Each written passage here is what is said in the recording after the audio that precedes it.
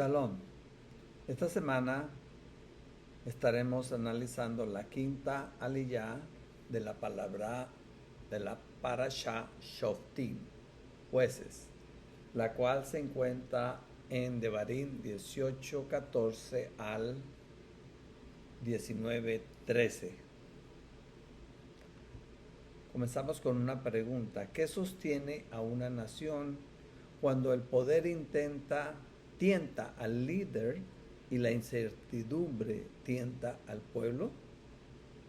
Hoy la Torá nos revela que el verdadero liderazgo no se mide por la fuerza ni por la riqueza, sino por la fidelidad a la justicia divina. Como punto de partida, la Parashá Shoftim, Moshe organiza las leyes de manera equitativa para cuando el pueblo entre a la tierra prometida. Todo empieza por la justicia. Hay que poner jueces y oficiales en cada ciudad que no se dejen comprar con sobornos ni favorezcan a nadie. Además, Moshe nos recuerda que el culto a Hashem debe de ser limpio. Nada de andar sembrando árboles sagrados o levantando estatuas como lo hacían los paganos, y nada de traer ofrendas defectuosas. A Hashem hay que servirle con lo mejor y de corazón. Si alguien en la comunidad caía en la idolatría, o sea, Abodá Zará, el asunto no se tomaba a la ligera. Se necesitaban al menos 2 o 3 testigos para comprobarlo. Y miren el detalle tan profundo. Los propios testigos tenían que ser los primeros en tirar la piedra al ejecutar la sentencia sobre la persona. Esto los obligaba a pensarlo muy bien y a no andar inventando chismes, sabiendo la enorme responsabilidad que tenían ante el Creador cuando estaban quitando una vida. Si un caso era demasiado difícil para los jueces locales, estos debían de llevarlos al tribunal principal, o sea, al Sanedrín, y lo que ellos sentenciaran se tenía que respetar sí o sí. Luego Moshe habla de la opción de nombrar un rey, pero las restricciones son muy claras para que un rey no se vuelva un tirano. El rey no podía dedicarse a juntar caballos o tener muchas mujeres, ni amasar riquezas para su propio bolsillo. Es más, el rey tenía que escribir su propia copia de la Torá y leerla todos los días, para que no se sintiese superior a sus hermanos. También se nos recuerda que la tribu de Leví no recibió tierras como las demás tribus. ¿Por qué? Porque su trabajo era el servicio en el Mishkan y su sustento venía de las ofrendas que el pueblo traía a Hashem. Así, tanto el Cohen como el levita podían dedicarse de lleno a servir y a enseñar. Por último, Moshe nos da una advertencia muy seria. Nada de copiar las costumbres feas de los pueblos vecinos, como por ejemplo quemar a los hijos en honor a deidades falsas o andar consultando brujos, adivinos o espiritistas. Esas cosas eran precisamente la razón por la que Hashem estaba expulsando a los cananeos. La regla para el judío es clara. Tamim tihye im Hashem Eloheja. Se integró con Hashem tu Elohim. La vida firme no se construye con supersticiones ni abusando del poder, sino caminando con justicia, honestidad y respeto. Tras haber establecido las bases de la justicia, los límites del liderazgo y las advertencias contra las prácticas aberrantes en las primeras 4 aliyot, Moshe entra ahora en el detalle de la dirección espiritual de la nación. En esta primera porción de la quinta aliyá, Moshe aclara que, a diferencia de los pueblos cananeos que escuchaban a agoreros, hechiceros y adivinos, Israel no tiene permitido acudir a estas prácticas. En su lugar, Hashem promete levantar un profeta, un nabí, de entre sus propios hermanos, semejante a Moshe, a quien el pueblo deberá escuchar obligatoriamente. Esta promesa responde directamente a la experiencia en el monte Sinaí.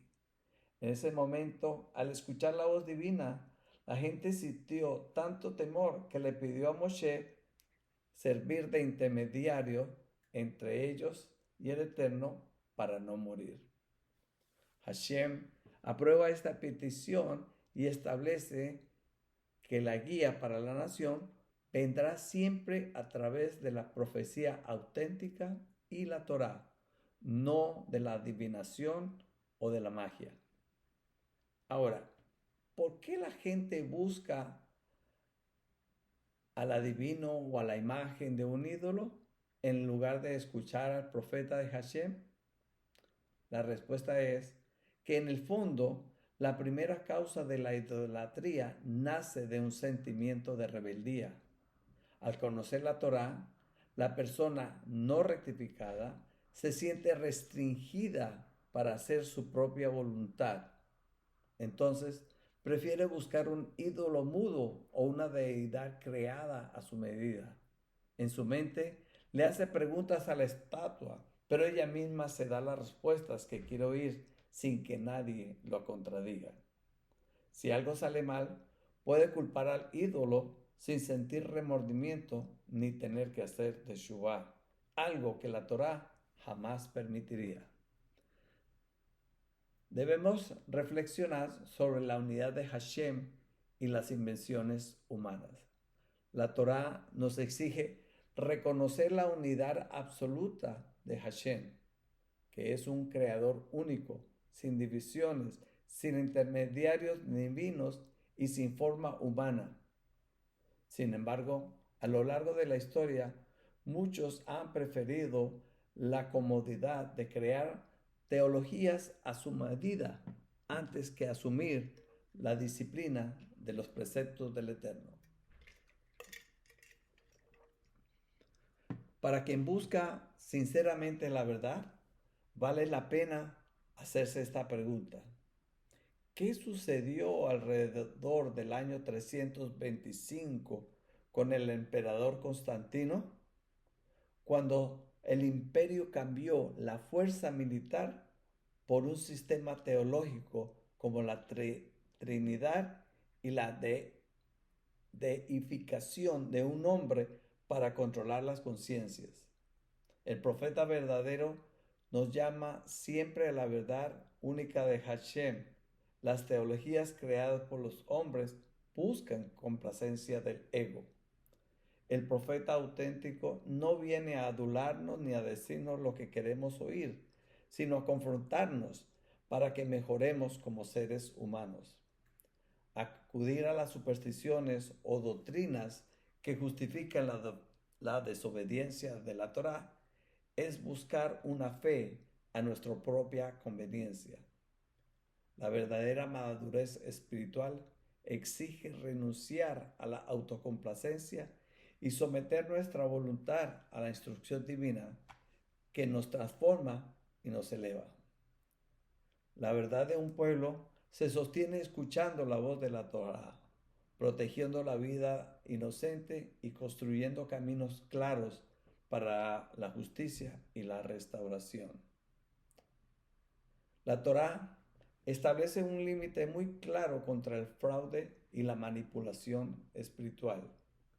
Si un profeta habla con arrogancia en nombre de Hashem, algo que no le mandó a decir, o si habla en nombre de otras deidades, sufrirá la pena de muerte. Ante la duda, ¿cómo saber si una palabra viene realmente del Creador? Moshe entrega una regla práctica y tajante. Si lo que el profeta anuncia no sucede ni se cumple, esa palabra no la habló Hashem. El profeta o pseudo profeta actuó con presunción y el pueblo no debe de tenerle miedo ni respeto. Al respecto, Rashi del siglo XI aclara que esta prueba aplica para las predicciones sobre el futuro cercano, que muchas veces el profeta hace para validar su autoridad. Por su parte, los sabios del Talmud, en el Tratado de Sanedrín, explican que la autenticidad de un enviado divino no se mide solo por si acierta un evento, sino por su fidelidad a la Torá. Si pretende anular un solo precepto de forma permanente, como por ejemplo decir que el Shabbat fue cambiado por el domingo, es considerado automáticamente un falso profeta, sin importar qué prodigio realice. Este pasuk denuncia directamente lo que vemos hoy en diversas denominaciones religiosas. Vemos supuestos líderes o maestros que, si dicen guiarse por las escrituras, deberían someterse a sus propios lineamientos de rigor. Sin embargo, lanzan profecías irresponsables solo para tener 5 minutos de gloria, ganar notoriedad o afianzar su liderazgo basado en el sensacionalismo. Dan el anuncio y luego la profecía falla estrepitosamente. ¿Y qué pasa? No ocurre nada, no hay consecuencias, no hay arrepentimiento, no piden perdón. Se escudan en el concepto inventado de la gracia permisiva para quedar absueltos de su mentira. En la Torá no existe tal impunidad. Mentir en el nombre del Creador es un asunto de extrema gravedad, pues usurpa la autoridad divina. ¿Para qué? Para manipular las emociones y la fe de las personas. No debemos permitir que el sensacionalismo y la charlatanería disfrazada de espiritual dirijan nuestra vida. La Torá nos enseña que la verdadera profecía produce rectitud y temor a Hashem. No es espectáculo ni manipulación. Evaluar con juicio crítico la coherencia y el cumplimiento de lo que se nos enseña es un deber moral para proteger nuestra alma del engaño y no caer en el juego de quienes comercian con la fe. Al asentarse en la tierra y expandir sus fronteras, la Torá ordena a Israel apartar 3 ciudades de refugio y acondicionar los caminos hacia ella.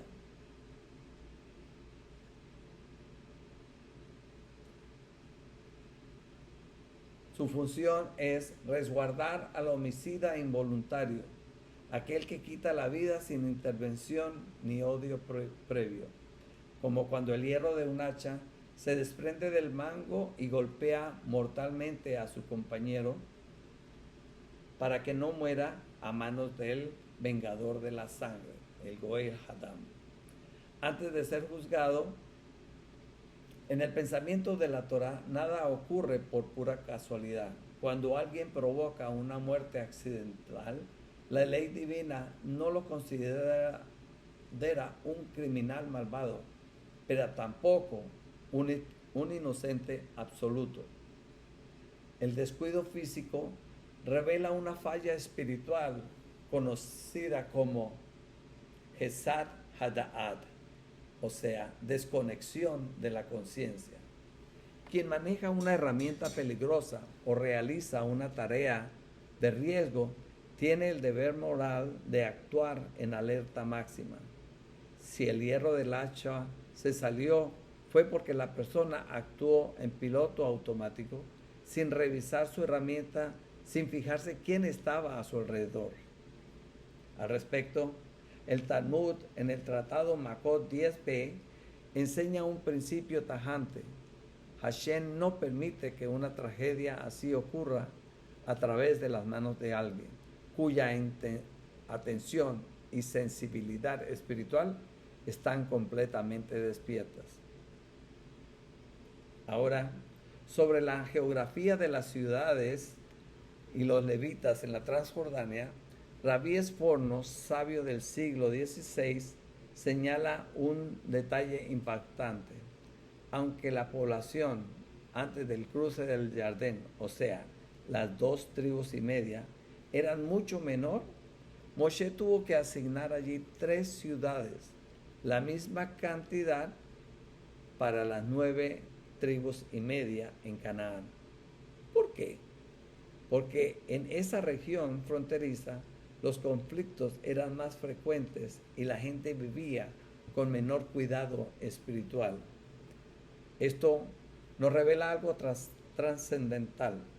Para que estas 3 ciudades funcionaran al oriente del Jordán, una parte importante de la tribu de Leví debió asentarse allí desde el inicio, como se confirma en el libro de Yehoshua 21. Hashem no dejó a las tribus antes del Jordán aisladas de la vida espiritual. Los levitas estaban allí presentes, no solo para custodiar las ciudades de refugio, sino para ser maestros, jueces y el motor moral que mantenía estas familias unidas bajo el pacto de la Torá. El homicida iba a estas ciudades levíticas a reeducar su mente y sanar la insensibilidad que causó la tragedia. Rambán, Maimónides, sabio del siglo XII, explica en la Guía de los Perplejos que el mandato de preparar el camino exigía que las vías hacia el refugio fueran el doble de anchas que un camino común, completamente planas y sin obstáculos. En cada encrucijada se debían de colocar letreros gigantescos que decían Miklat, Miklat, refugio, refugio, señalando la dirección. La comunidad tenía la obligación de reparar los caminos cada año en el mes de Adar. Si un camino estaba dañado y el que huye era alcanzado por el vengador, la responsabilidad moral recaía sobre el Tribunal de Justicia regional por negligencia. Hoy en día no andamos en el bosque cortando madera con un hacha, pero manejamos herramientas infinitamente más destructivas. Así caemos en la desconexión de la conciencia. Nuestras hachas modernas son nuestros labios, nuestra ética y nuestra congruencia. Una palabra dicha con ligereza, una calumnia lanzada sin pensar o un comportamiento ético incongruente pueden destruir la reputación, la paz o la vida emocional de un ser humano en un segundo. Quien vive con la conciencia despierta y con el temor a Hashem no solo revisa las herramientas de sus manos, sino que cuida cada palabra que sale de su boca y cada acción de su conducta para no matar la dignidad del prójimo. Y si alguien comete un fallo sin malicia por falta de atención, la Torá nos enseña a no ponerle tropezones.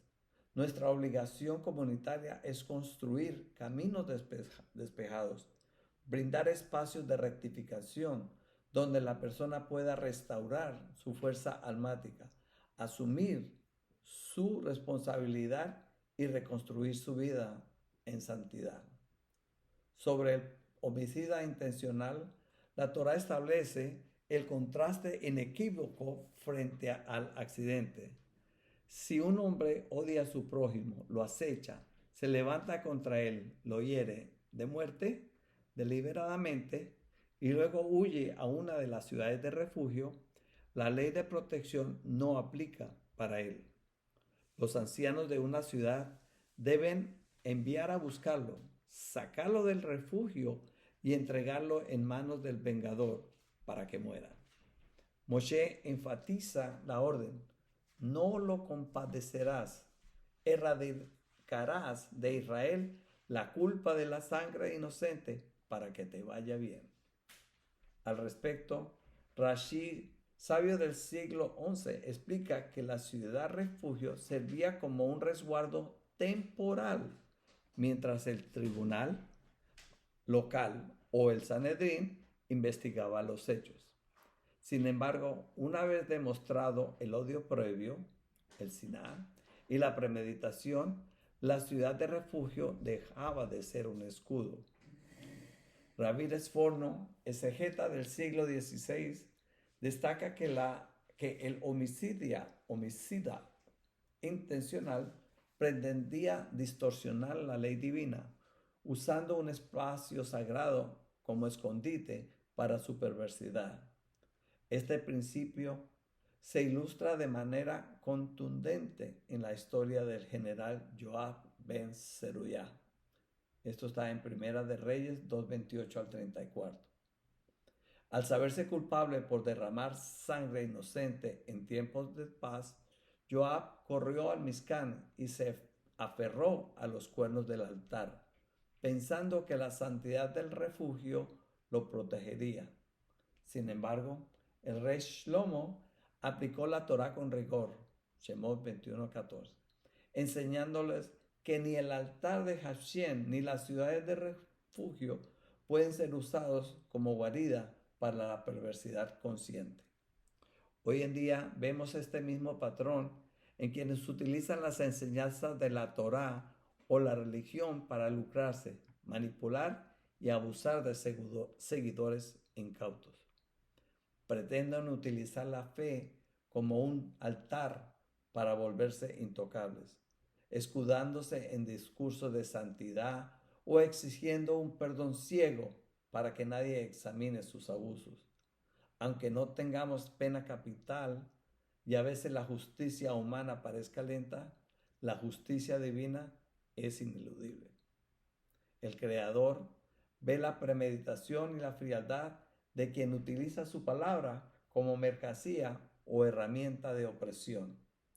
Usar lo sagrado como escudo para dañar al prójimo solo acumula sobre el alma una profanación del nombre divino. O sea, está haciendo Hilul Hashem. La providencia cobrará con absoluta severidad y precisión esta transgresión. El amor y la misericordia son pilares de la Torá, pero jamás a expensas de la verdad y la justicia. Quien cultiva el odio en su corazón o actúa con premeditación para dañar la vida, la honra o el sustento de su hermano, no puede apelar a la santidad ni al perdón automático para eludir la responsabilidad. La Torá nos enseña que la verdadera integridad comunitaria exige trazar líneas firmes. Debemos de ser refugio y camino despejado para quien falla por debilidad o descuido, pero también debemos de ser inflexibles ante la malicia que se disfraza de religión. Erradicar la impunidad es la única vía para preservar la luz y la sustancia divina en nuestro entorno. En síntesis, la quinta aliyá de la Parashá Shoftim nos entrega el mapa de la madurez espiritual, rechazar las ilusiones de la superstición y de la falsa profecía, reconocer la unidad de Hashem sin atajos teológicos, velar con conciencia plena sobre nuestras palabras y acciones, construir caminos de restauración para quien erró sin malicia y mantener la firmeza absoluta contra la maldad premeditada. Así es como la presencia del Creador habita en medio de su pueblo. Shabbat Shalom.